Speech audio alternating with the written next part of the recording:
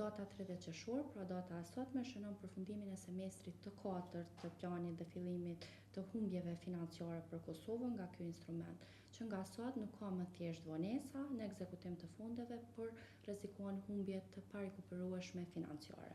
Në diskutim janë 90.6 milion euro të dedikuara për semestrin e dytë, me afat përfundimi deri më 30 qershor 2025. Pas kësaj periudhe është aktivizuar grace periudha një vjeçare, ku gjatë të cilës qeveria dhe kuvende kishin kohë shtesë për të zbatuar 13 hapat reformues në kuadër të këtij semestri pa humbje financiare. Megjithatë, me përmbylljen e kësaj periudhe, pasojat financiare janë të konsiderueshme dhe të pakthyeshme.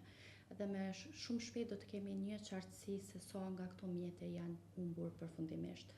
Ky proces nuk përbën vetëm çështje teknike apo administrative, por çështje të drejtë për drejtë të interesit publik. Çdo euro e humbur në kupton zvogëlim të investimeve në ekonomi, dobësim të mbështetjes në reforma, kufizim të mundësive zhvillimore dhe cënim të besueshmërisë së Kosovës në rrugën drejt integrimit evropian. Duke konsideruar rrethanat e atëhershme si pasojë e krizës politike e cila po vazhdon edhe tash, GLPS kishte paralajmëruar këtë situatë me 2 maj të vitit 2025, duke bërë thirrje për ratifikim të menjëhershëm të marrëveshjeve dhe zbatim të plotë të agjendës së reformave. Në atë kohë është ngritur shqetësimi që mungesa e veprimit institucional do të rezultonte në humbje financiare dhe në dobësim të kapaciteteve reformuese të shtetit. Megjithatë, pavarësisht për këtyre paralajmërimeve nga ana jonë, institucionet kompetente në atë periudhë mohuan mundësinë e humbjeve financiare. Megjithatë, zhvillimet kanë dëshmuar që duke konfirmuar kështu rreziqet e identifikuara. Po e kaloj fjalën tash te kolegu Besar Gërgej. Faleminderit. Plani i rritjes në mënyrë indirekte është ndikuar ndjeshëm nga mungesa e konsensusit politik në vend për ndërtimin e institucioneve stabile dhe funksionale në afat të gjatë, duke krijuar kështu hapësirë për kriza të njëpasnjëshme politike. Në mungesë të një ekzekutivi dhe kuvendi plotësisht funksional dhe të koordinuar, një numër i konsiderueshëm i reformave të domosdoshme nuk janë zbatuar.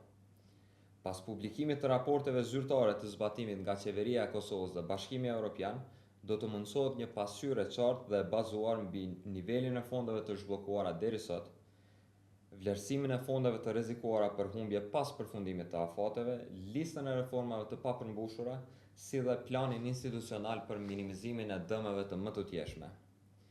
Duke konsideruar gjendjen aktuale, Grupi për Studime Juridike dhe Politike rithekson rekomandimet e saj për përmirësimin dhe përshpejtimin e zbatimit të agjendës reformave përmes themelimit të një task force të dedikuar për koordinimin dhe zbatimin e reformave të planifikuara në kuadër të agjendës reformave, prioritizimit të qartë dhe të strukturuar të agjendës reformave në qeverisje, dhe përpilimit të listës së ligjeve me prioritet dhe trajtimit të tyre pa humbur aspektin kualitativ si dhe konsultimet e rregullta të parapara me ligj. Formimi i institucioneve dhe koordinimi i qëndrueshëm institucional mbeten kushti kryesor për të siguruar përfitim substancial të fondeve të parapara në kuadër të planit të rritjes. Në këtë kuptim, GLPS thekson se stabiliteti institucional dhe ritmi i vendimmarrjes do jenë faktor përcaktues për shmangjen e humbjeve të mëtutjeshme financiare.